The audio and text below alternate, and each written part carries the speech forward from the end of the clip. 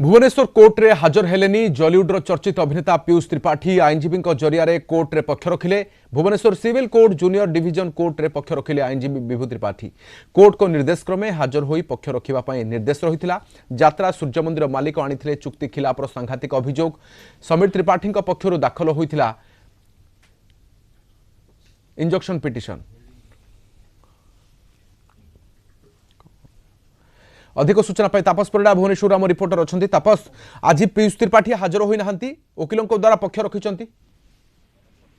निहत भाव राधेश्याम जो भाव में यात्रा कलाकार पीयूष त्रिपाठी को नहीं मंच चढ़ा जो विवाद रही से विवाद उपरे आज कोर्ट तांको निर्देश देते। आज जो सिविल जज जूनियर डिविजन कोर्ट रे हाजर होगा पीयूष त्रिपाठी को, किंतु पीयूष आज कोर्ट को हाजर आसी नथिले बा कोर्ट रे हाजर होई नथिले।